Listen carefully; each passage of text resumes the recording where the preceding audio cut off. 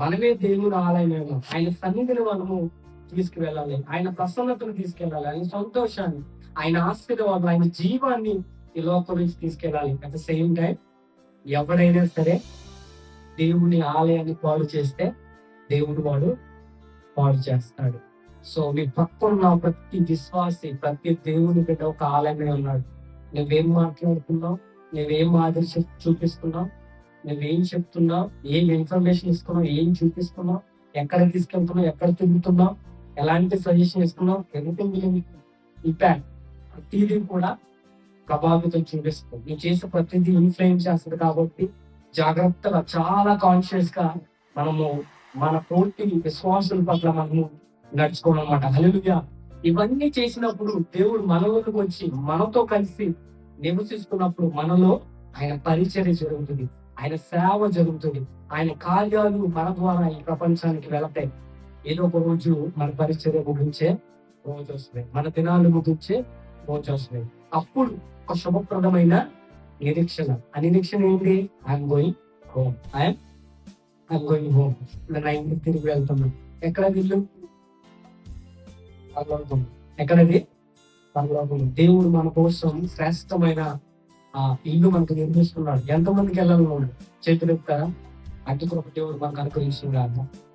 హల్లెలూయా, హల్లెలూయా.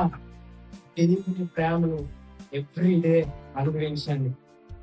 చివరిగా 2-3 మాటలు చెప్పిన మాటలు ముగిస్తాను. చాలా సార్లు దేవుని వాక్యం మనం వింటాము, ఆరాధన చేస్తాము.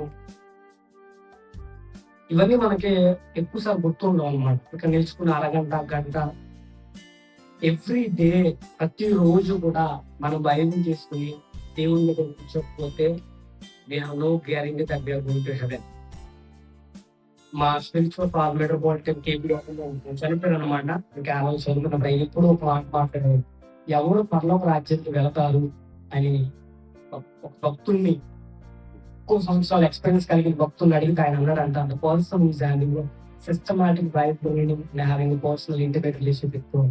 ఎవరైతే ఒక సిస్టమాటిక్ దేవుని వాక్యాన్ని చదువుతూ దేవునితో ప్రార్థన చేస్తూ గడుపుతారు, వాళ్ళు మాత్రమే దేవుని రాజ్యంలో వెళ్ళడానికి అర్హులుగా ఉంటారు. సో ప్రాక్టికల్ గా కొన్ని అప్లికేషన్ చెప్తాను, మీరు గుర్తుపెట్టుకోండి. ఎవ్రీ డే, ప్రతిరోజు కనీసం 3 అధ్యాయాలు బైబిల్ గ్రంథం చదవండి. ఎన్ని? 3 అధ్యాయాలు. అది ఎప్పుడైనా కావచ్చు, మార్నింగ్ అయినా, ఆఫ్టర్నూన్, నైట్, ఎప్పుడైనా సరే కనీసం 3 అధ్యాయాలు. తెలుగు చదువు వచ్చిన చేతి పై చెప్పండి. సో తెలుగు చదువు వచ్చు కాబట్టి తెలుగులో అట్లీస్ట్ 3 అధ్యాయాలు బైబిల్ చదవండి.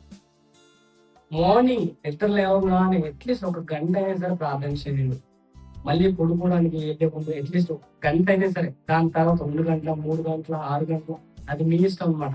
ఇట్స్ మ్యాండేటరీ అనమాట. ప్రతి రోజు బైబిల్ చదవడం, దేవునితో ప్రార్థన చేయడం అనేటువంటిది చాలా చాలా ఇంపార్టెంట్. ఇది చేస్తే కనుక దేవునితో నీకు ఎల్లప్పుడూ ఒక మంచి ఇంటిమేట్ రిలేషన్షిప్ ఉంటుంది.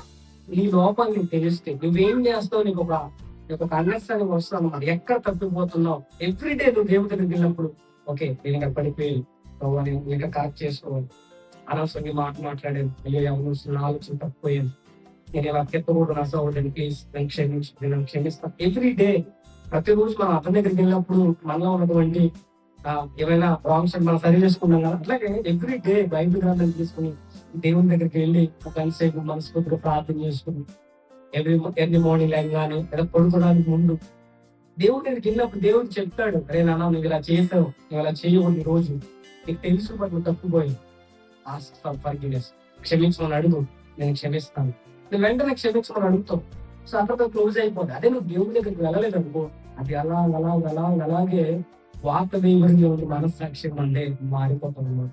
రాతి గుండెలుగా మనం మారిపోతాం. అలా మనం ఉండకూడదు. దేవుడి ప్రేమను మనం తెలుసుకోవాలి, దేవుని ఆలయాలుగా మనం మార్చబడాలి. దేవుడు మనకి ఇచ్చిన ఒక శుభప్రదమైనటువంటి నిరీక్షణ మనము కలిగి ఉండాలి. కళ్ళు మూసుకుని ప్రార్థించేద్దాం.